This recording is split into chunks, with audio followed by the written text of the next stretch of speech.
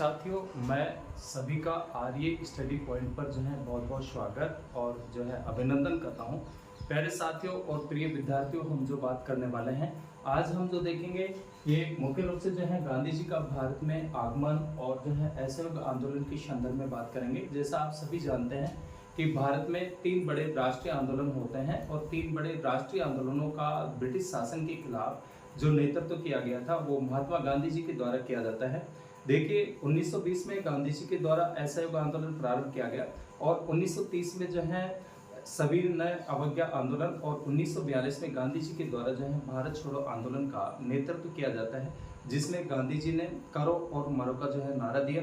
तो अपन बात कर रहे हैं 1920 का गांधी जी के द्वारा जो आंदोलन चलाया गया असहयोग आंदोलन। देखिए सबसे पहले अपन पृष्ठभूमि की बात करते हैं तो पृष्ठभूमि के अंतर्गत कि भारतीय जो स्वतंत्रता संग्राम के उस आंदोलन की जिसने अपन जो बात करेंगे कि भारतीय स्वतंत्रता संग्राम के उस आंदोलन की जिसने न केवल ब्रिटिश साम्राज्य को जो है झकझोरा, ब्रिटिश साम्राज्य को झकझोरा, बल्कि जो है भारतीय जनमानस को एक नई दिशा जो है प्रदान की। और यह जो आंदोलन था वो असहयोग आंदोलन था।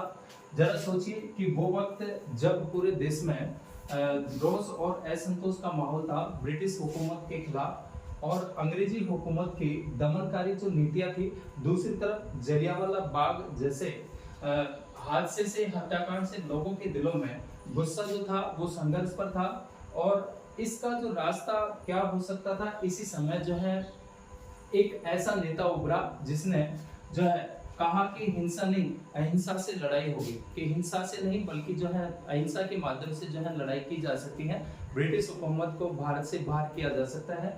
और ऐसे जो नेता थे वो महात्मा गांधी थे। गांधी जी के नेतृत्व में शुरू हुआ यह आंदोलन केवल एक राजनीतिक विरोध भर नहीं था, बल्कि एक नैतिक और वैचारिक जो है ब्रिटिश राज के लिए जो है चुनौती थी। ब्रिटिश सत्ता के खिलाफ थी। मुख्य रूप से जैसा आप सभी जानते हैं सत्ता आदेश देती है और आदेशों का जो है पालन करवाती है। तो उस समय जो है लगभग भारत के पूरे क्षेत्रों पर जो है ब्रिटिश हुकूमत या ब्रिटिश राज जो है स्थापित हो चुका था। इस आंदोलन के माध्यम से जो है ब्रिटिश शासन को घुटनों पर लाने का जो है प्रयास किया तथा भारतीय जनमानस को जो है गांधी जी के द्वारा इस असहयोग आंदोलन के द्वारा एक जो है नई दिशा जो है प्रदान की जाती है। देखिए इस कहानी की जो शुरुआत होती है, सबसे पहले गांधी जी ने जो सत्याग्रह का जो सफल प्रयोग किया था वो दक्षिण अफ्रीका में किया था और दक्षिण अफ्रीका के बाद में 1915 में गांधी जी जो है भारत लौटते हैं और 1914 से लेकर के और 1918 तक जो है प्रथम विश्व युद्ध हुआ था, जिसमें गांधी जी ने भारतीय जनता को युद्ध में बढ़ चढ़ करके और ब्रिटिश शासन के लिए जो है युद्ध में भाग लेने का जो है जनता से आह्वान किया था। भारतीयों ने भाग भी लिया और गांधी जी और हजारों जो भारतीय थे उनको इस बात की उम्मीद थी कि युद्ध के लौटने के बाद में ब्रिटिश सरकार के द्वारा, ब्रिटिश हुकूमत के द्वारा जो है इनके हित में कोई ठोस कदम उठाए जाएंगे, लेकिन सब विपरीत हुआ। एक तो कि 1915 में जब गांधी जी भारत लौटे तो भारत को एक ऐसे नेता की आवश्यकता थी जो कि राष्ट्रीय आंदोलन का, स्वतंत्रता संग्राम के लिए जो है नेतृत्व कर सके। और सबसे पहले गांधी जी ने 1917 में नील की खेती के खिलाफ जो है चंपारण, जो कि बिहार में पड़ता है, वहां पर जो है अपने सत्याग्रह का जो है पहली बार जो है सफल प्रयोग हुआ। ब्रिटिश सरकार के जो जमींदार थे और जो बागान के जो मालिक थे उनके द्वारा नील की खेती करने वाले किसानों पर जो है अत्याचार किए जाते थे, जबरदस्ती जो है किसानों से नील की खेती करवाई जाती थी। तो नील के खिलाफ 1917 में गांधी जी ने चंपारण सत्याग्रह किया। इसका प्रयोग जो है सफल रहा, ब्रिटिश सरकार को जो है झुकना पड़ा और 1918 में मिल मजदूरों के हित में गांधी जी ने भूख हड़ताल की और जो कि खेड़ा सत्याग्रह था, ये गांधी जी का पहला असहयोग आंदोलन था।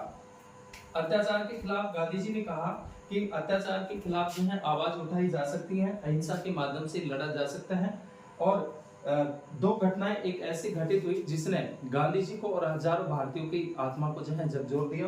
एक तो 1919 का रोलक एक्ट, जिसको काला कानून कहा जाता है, जिसमें न वकील, न अपील और न दलील, किसी भी भारतीय को शक के आधार पर जो है गिरफ्तार किया जा सकता था। और नेक्स्ट जो है 13 अप्रैल 1919 को जलियांवाला बाग हत्याकांड, जनरल डायर ने निहत्थे सैकड़ों भारतीयों को जो है गोली से जो है मौत के घाट उतार दिया गया। गोली चलाने के उन्होंने आदेश दे दिए और सबसे बड़ी दुख की बात ये थी कि जनता के निकास के जो रास्ते थे उन रास्तों को बंद कर दिया जाता है।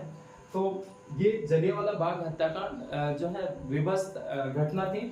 तो गांधी जी के द्वारा जो है 1920 में असहयोग आंदोलन का जो है नेतृत्व किया जाता है। असहयोग आंदोलन की शुरुआत की जाती है। इसके इन्फ्लुएंस देखें, अपन प्रभाव देखें कि असहयोग आंदोलन ने भारतीय समाज को राजनीतिक रूप से एक किया और स्वदेशी की जो है शुरुआत हुई। इसके सकारात्मक पक्ष भी थे और नकारात्मक भी थे। सकारात्मक में जैसे राष्ट्रीय शिक्षण संस्थाओं की स्थापना करना, जिसमें मोस्टली रूप में अलीगढ़ जो मुस्लिम विद्यापीठ थी, तिलक विद्यापीठ, बहुत सारे ऐसे विद्यापीठों की जो है स्थापना की गई। स्वदेशी संस्थाओं की स्थापना की गई।